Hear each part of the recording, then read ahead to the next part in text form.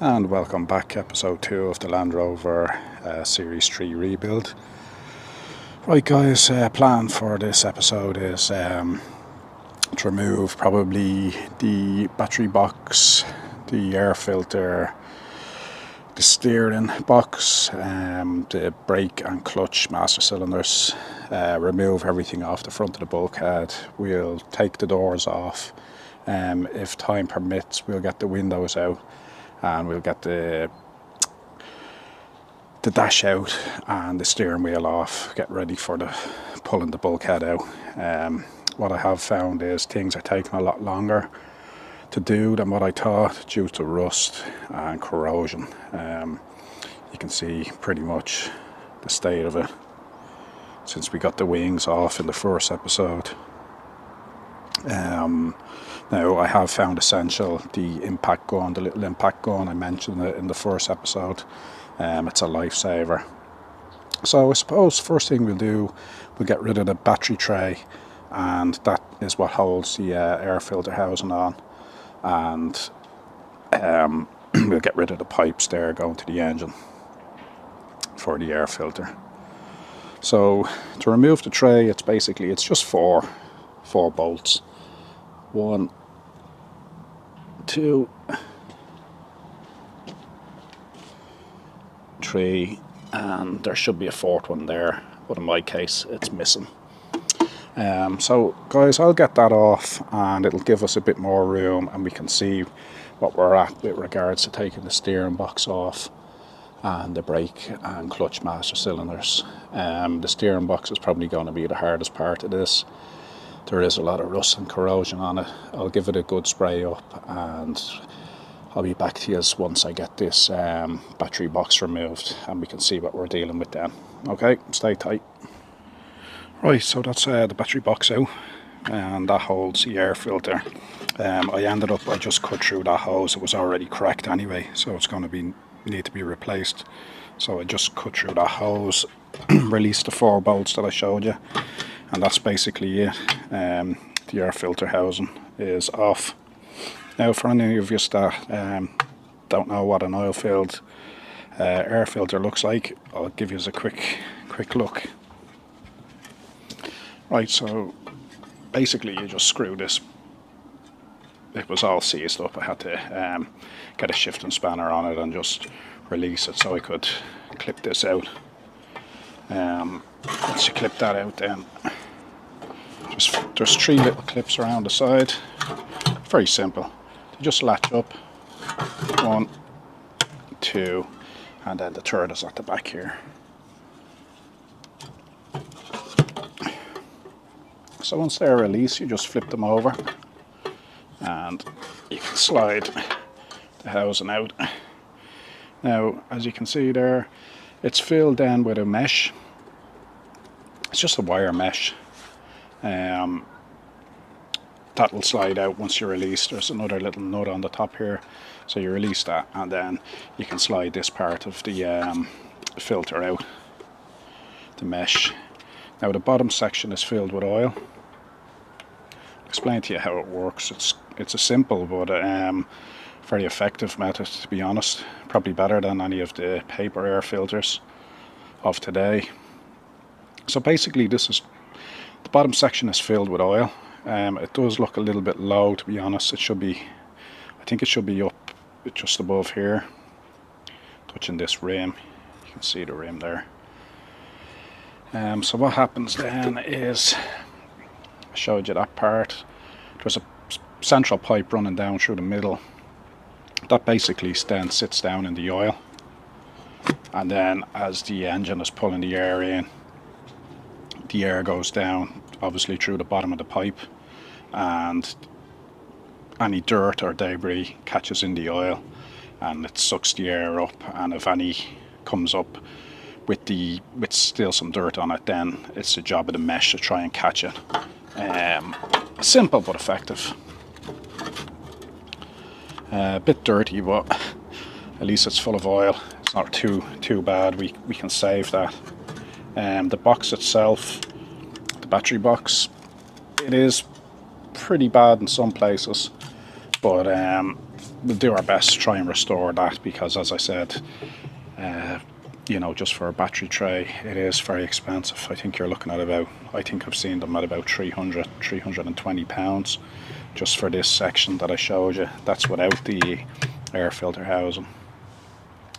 Right guys, so this is the plan. I'll show you now. Bear with me.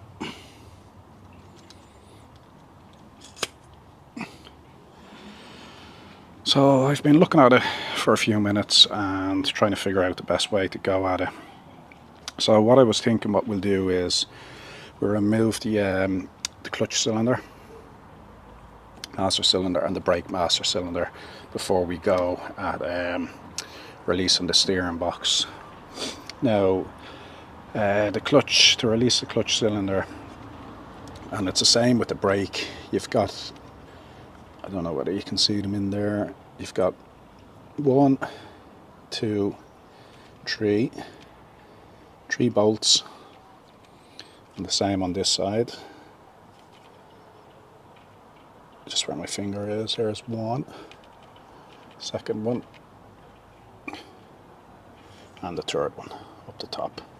It's actually easier to see it on the brake side. Get out of it. So there you are, you've got 1, 2, 3, and the same on this side.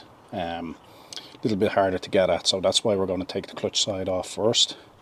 So again, 1 on the bottom, 2 and 3. And you can see then on the inside, you can see those corresponding bolts. So 1, 2, 3, the same, 3, and then for the clutch side, you can see them there, 1, 2, 3, and 1, 2, 3. There are 5/8 and a 1/2 inch. The 5/8 for the top side and the 1/2 inch for the bottom.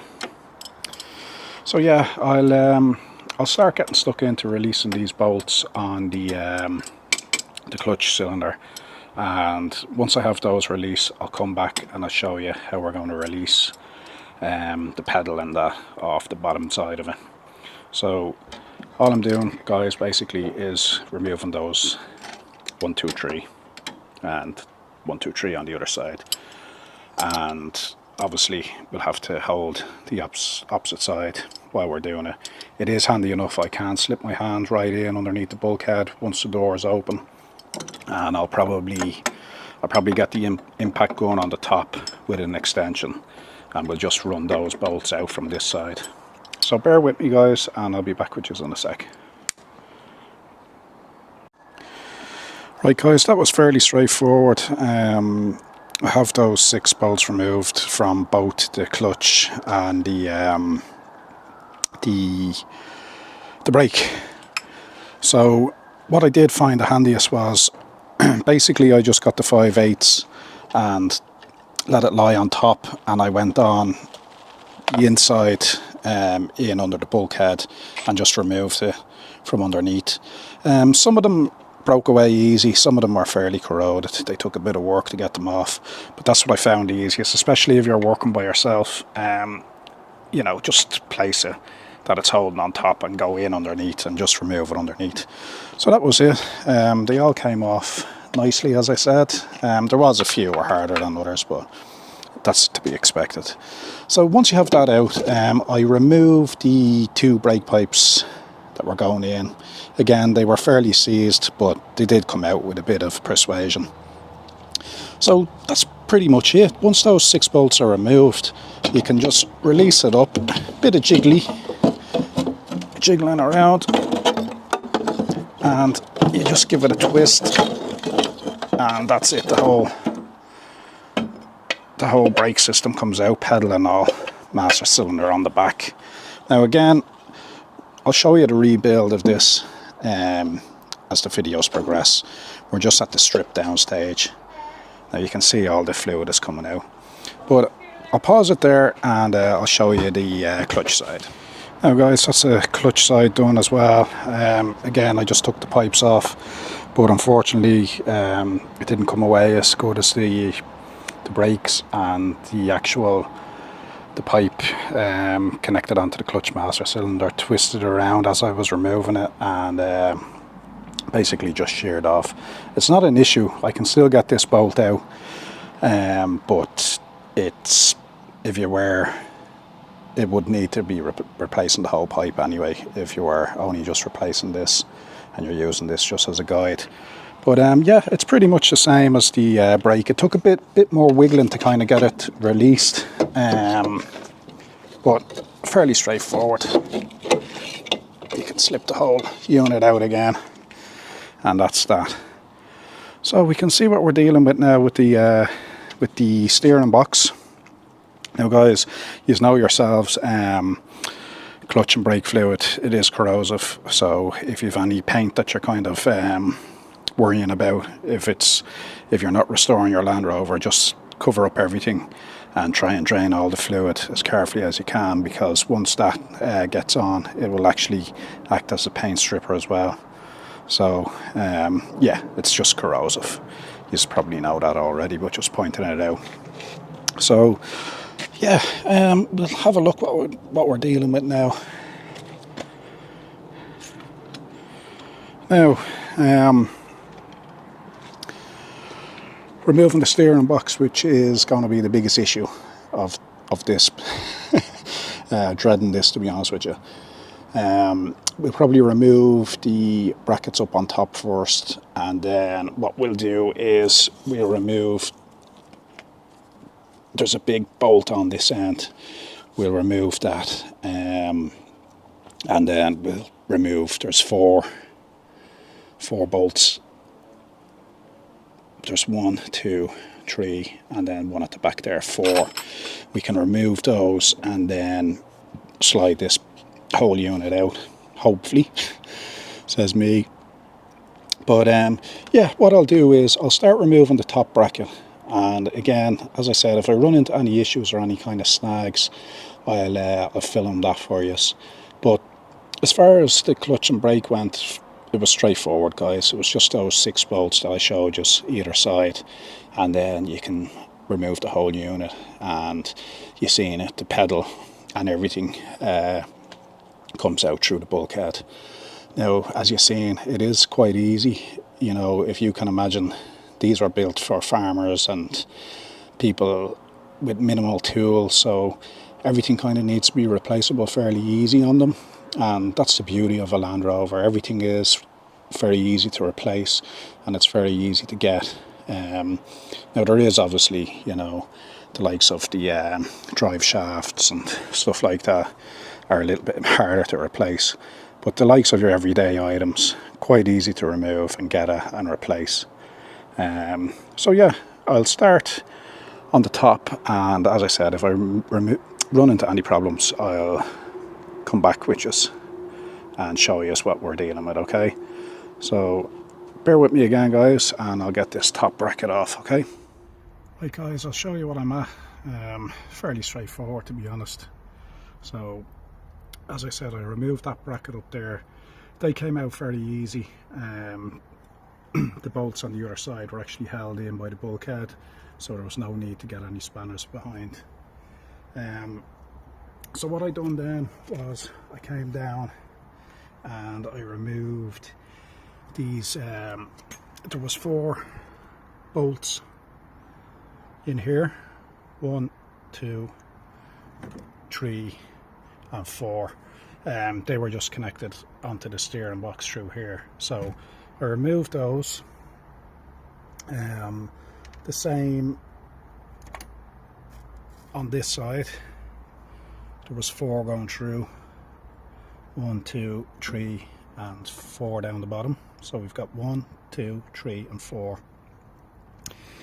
That allowed us to remove the front casing.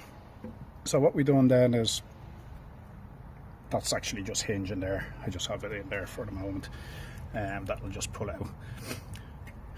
So what I done was, it was sealed with gasket seal, so I just got a chisel in behind and kind of pried it out. So I pried that out, and then It wasn't the hardest part, it was actually quite easy, to be honest. I got a 30mm spanner on the back for that big nut on the back there. Show you. So basically I just broke that free, broke that off with the 30mm, removed it.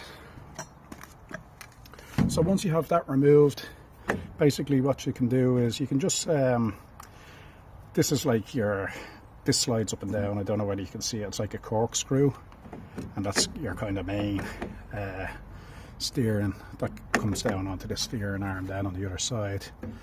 So what you can do is, sorry guys, I didn't show you, I actually removed the front piece as well, 4 off the front, that removed, just like a front cover, and there's a bearing in there.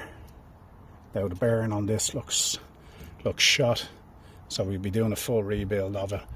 So there was 2 shims in there and this bearing. We'll show you the full rebuild of that when we get to it. So basically, with removing that bolt at the back there, or should I say nut, the big nut, it was a 30mm, but you can do the maths on it, work it out what it is, and I think it's be well over an inch anyway. So once that's out at the back, that'll allow you to just pull this whole steering arm out. Now it will probably take a few smacks on the back side, just to release it.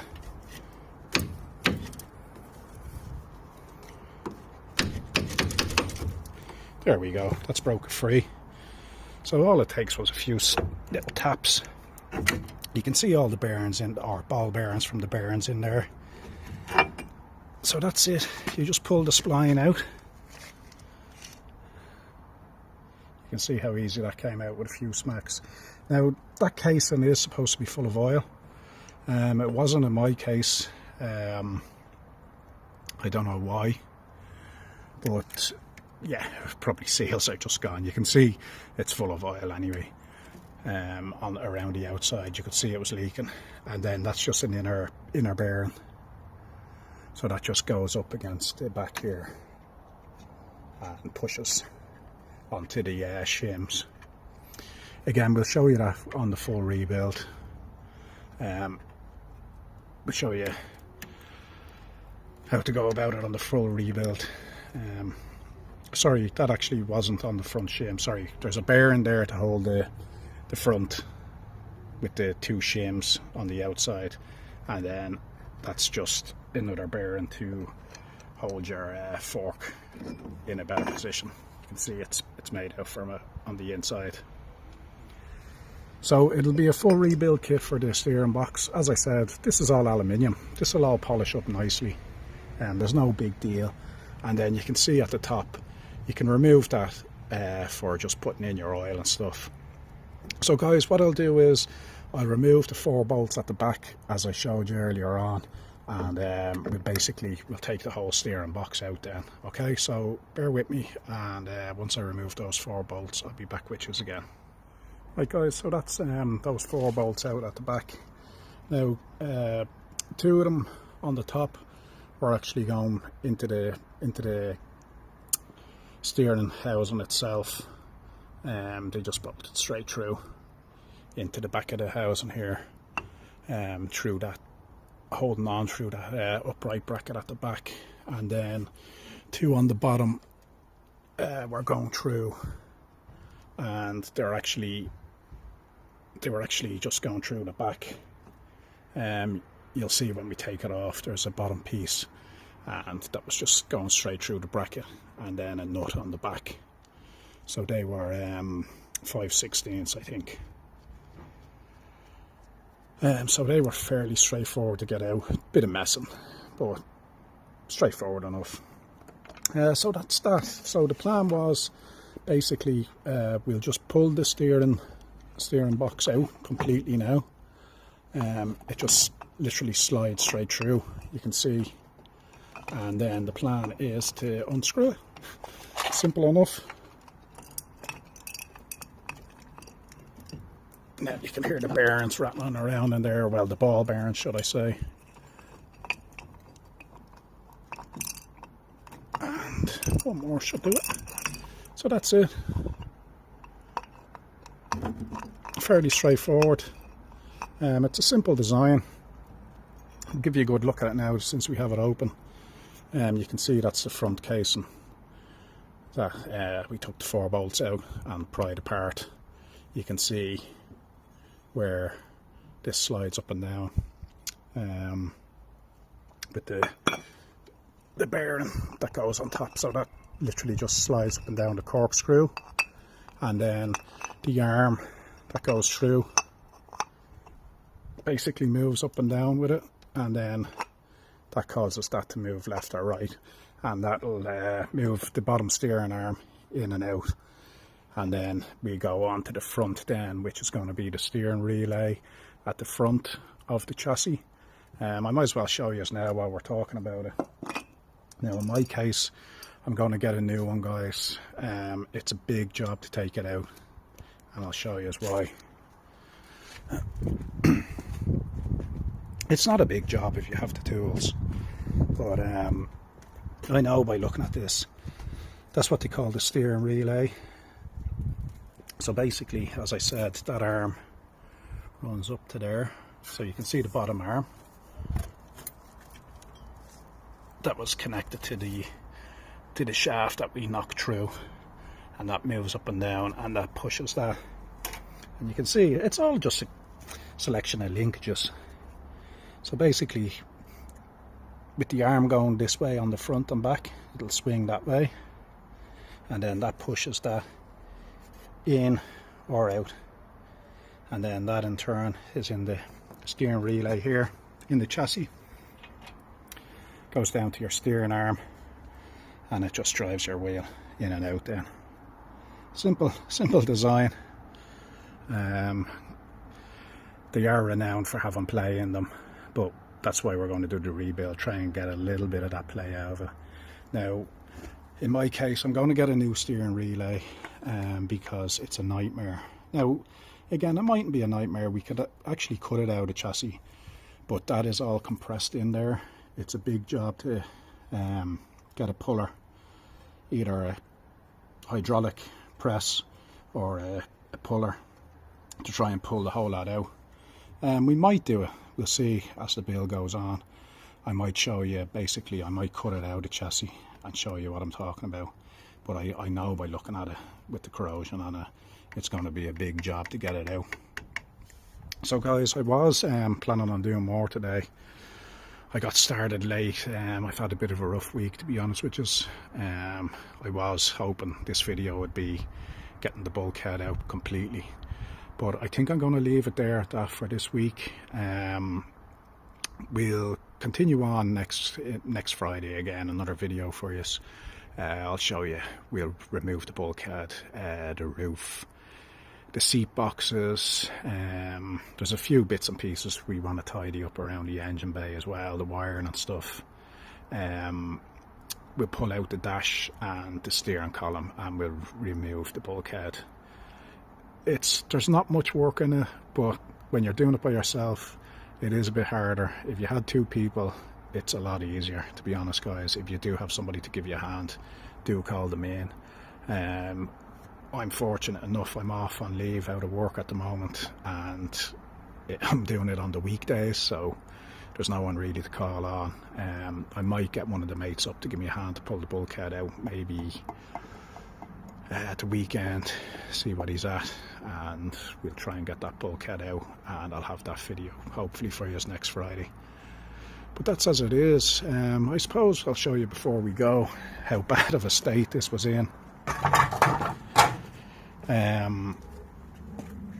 Yeah, the whole window was basically corroded, so it literally just folded over on itself, and I had to take it out. It was hanging there, so you can see what I'm dealing with on inside. Now, I had started pulling the dash out before I started making any videos. It's no big deal, it was just a couple of bolts, a simple dash. I'll show you more when we're pulling the bulkhead out. Now, there's a few pieces that will have to be replaced out of the dash that weren't on it. Like, you can see how bad of a state this Land Rover was in. As I said, it is a full chassis off rebuild and a new bulkhead. Engine wise, I think we're okay, but other than that, we'll keep going, plugging away. Right guys, I'll leave it there, and I'll have another video for you next week. Okay, bye bye.